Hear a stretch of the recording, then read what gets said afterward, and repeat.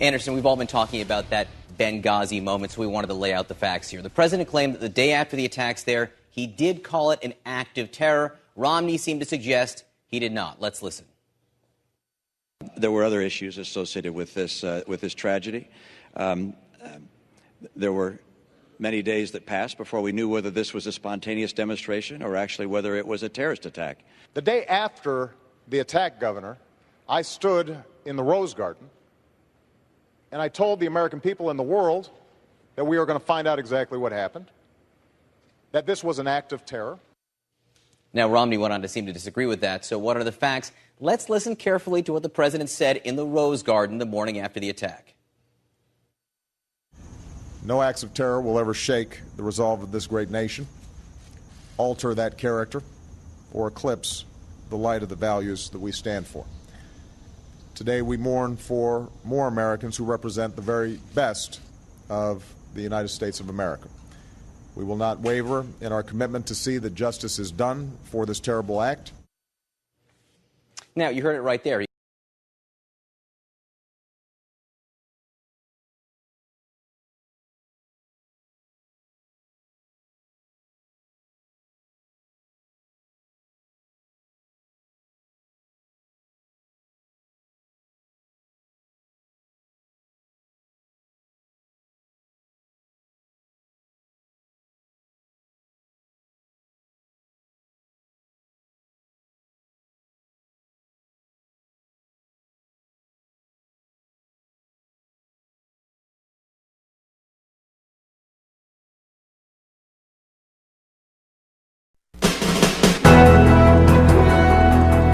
This is an ABC News special report.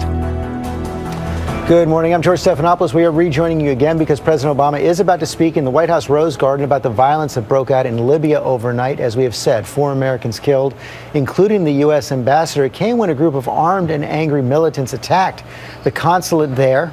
They had guns. They appears to have had rockets. They set the consulate on fire. There were several Americans inside being guarded by Libyan security. And at the time, right now, we do know that the ambassador and 3 other Americans, including an information officer, have been killed. It was all sparked by an anti-Muslim film produced by an Israeli living in California. That film also sparked protests and attacks on the U.S. Embassy in Cairo. President Obama has already put out a written statement this morning condemning the attacks, ordering increased security at American diplomatic posts around the world. Jake, the president had been informed of this early overnight and first had been told that the ambassador was unaccounted for. But as I say that now, the president is walking out. So let's go right behind you to the president of the United States. Good morning. Every day, all across the world, American diplomats and civilians work tirelessly to advance the interests and values of our nation. Often, they are away from their families. Sometimes they brave great danger. Yesterday, 4 of these extraordinary Americans were killed in an attack on our diplomatic post in Benghazi. Among those killed was our ambassador, Chris Stevens, as well as Foreign Service Officer Sean Smith. We are still notifying the families of the others who were killed.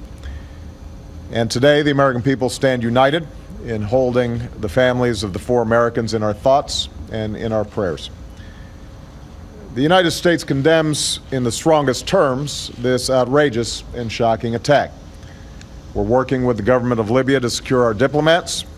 I've also directed my administration to increase our security at diplomatic posts around the world. And make no mistake, we will work with the Libyan government to bring to justice the killers who attacked our people. Since our founding, the United States has been a nation that respects all faiths. We reject all efforts to denigrate the religious beliefs of others. But there is absolutely no justification to this type of senseless violence. None. The world must stand together to unequivocally reject these brutal acts. Already, many Libyans have joined us in doing so, and this attack will not break the bonds between the United States and Libya. Libyan security personnel fought back against the attackers alongside Americans. Libyans helped some of our diplomats find safety, and they carried Ambassador Stevens' body to the hospital, where we tragically learned that he had died. It's especially tragic that Chris Stevens died in Benghazi because it is a city that he helped to save. At the height of the Libyan revolution, Chris led our diplomatic post in Benghazi. With characteristic skill, courage, and resolve, he built partnerships with Libyan revolutionaries and helped them as they planned to build a new Libya. When the Gaddafi regime came to an end, Chris was there to serve as our ambassador to the new Libya, and he worked tirelessly to support this young democracy, and I think both Secretary Clinton and I relied deeply on his knowledge of the situation on the ground there. He was a role model to all who worked with him and to the young diplomats who aspire to walk in his footsteps. Along with his colleagues, Chris died in a country that is still striving to emerge from the recent experience of war. Today, the loss of these 4 Americans is fresh, but our memories of them linger on. I have no doubt that their legacy will live on through the work that they did far from our shores and in the hearts of those who love them back home. Of course, yesterday was already a painful day for our nation as we marked the solemn memory of the 9/11 attacks. We mourned with the families who were lost on that day.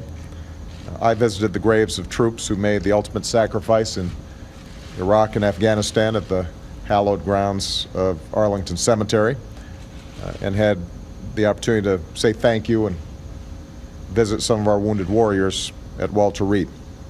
And then last night, we learned the news of this attack in Benghazi. As Americans, let us never, ever forget that our freedom is only sustained because there are people who are willing to fight for it, to stand up for it, and in some cases, lay down their lives for it. Our country is only as strong as the character of our people and the service of those, both civilian and military, who represent us around the globe. No acts of terror will ever shake the resolve of this great nation, alter that character, or eclipse the light of the values that we stand for.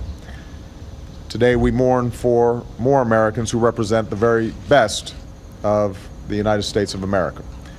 We will not waver in our commitment to see that justice is done for this terrible act, and make no mistake, justice will be done. But we also know that the lives these Americans led stand in stark contrast to those of their attackers. These 4 Americans stood up for freedom and human dignity. They should give every American great pride in the country that they served, and the hope that our flag represents to people around the globe who also yearn to live in freedom and with dignity. We grieve with their families, but let us carry on their memory, and let us continue their work of seeking a stronger America and a better world for all of our children. Thank you. May God bless the memory of those we lost, and may God bless the United States of America. Was this an act of President war? Obama with Secretary Clinton in the Rose Garden being asked if this was an act of war as he walks away. He is now heading to the State Department to express his condolences personally, calling this an outrageous and shocking attack, and he vows the killers will be brought to justice. I do want to go to Martha Raddatz now, who's been covering this all night long. That's right. Several Americans were stuck in that consulate when it was set on fire by the militants. And of course, the militants inflamed by this pretty obscure film, Innocence of Muslims, only been shown once in its entirety in a movie theater in Hollywood. But the trailer has been out on the internet since July, and it's clearly inflaming Muslims around the world. It really is. In fact, apparently they're blocking that YouTube in Afghanistan, and the Taliban is vowing revenge from Afghanistan. Our reporter Mohammed Leela tells us from there that the Taliban is issuing statements. Everyone is on guard, George. Everyone at all embassies now is on guard, on high alert. The U.S. fears this could spread. For years now, dating back a more recent example, or a less recent example, having to do with those cartoons in that newspaper in Europe. But I would like to touch on one thing. When President Obama was talking about potential involvement in Libya, this type of blowback, this type of unexpected consequence, unintended consequences. One of the things that he was concerned about and why he kept challenging his national security team when Secretary Clinton and others were pushing for involvement. And so we see that obviously there are always unintended consequences when the U.S. gets involved in a foreign country.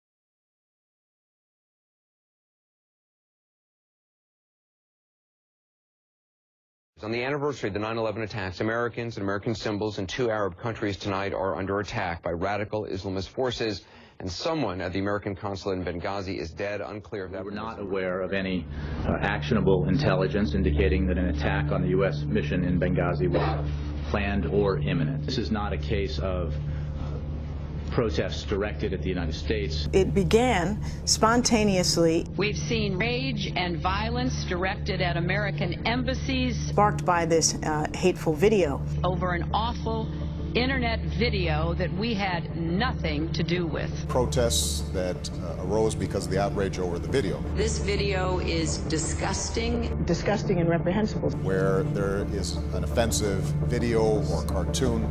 There was a hateful video. This is in response to a video that is offensive. You don't really believe that? Chris, absolutely I believe that, because in fact it's the case. They weren't there to demonstrate about some obscure film. As Leon Panetta said, it was obviously a terrorist attack. The government there saying that they had warned the United States about the situation in Benghazi and that it was deteriorating. Days before the attack, there were warnings about insufficient security in Benghazi. Chris Stevens was the first U.S. ambassador killed in more than 30 years. Said in the months before his death, he talked about being worried about the never-ending security threats. I don't know how you argue we weren't caught flat-footed. Specifically about the rise in Islamic extremism and growing al-Qaeda presence. It leads to questions. Does it make any sense to you the level of, or the small level of security he apparently had with him? The White House story crumbling. I would say yes. They were killed in the course of a terrorist attack. Hillary Clinton admitted that al-Qaeda was involved. It wasn't just a mob action. He said, it is self-evident that what happened in Benghazi was a terrorist attack. What happened in Benghazi was a terrorist attack. U.S. officials knew within 24 hours that this was an organized al-Qaeda attack. Which said the U.S. government knew about al-Qaeda's involvement within 24 hours of the attack. In the intelligence community, there are those who within the first 24 hours were saying this was a terrorist attack. Why did Ambassador Rice give the American people bad information? There is more proof that this was all part of an elaborate cover-up by the administration. It's either gross incompetence and negligence, or in fact they are lying. The president has a big investment in the narrative that not only is Osama dead, but al-Qaeda is finished. And some of these militias are affiliated with al-Qaeda. Al-Qaeda is very much alive. Clear that al-Qaeda is alive and well. Bin Laden dead, al-Qaeda alive. I was pretty certain and continue to be pretty certain that there are going to be bumps in the road.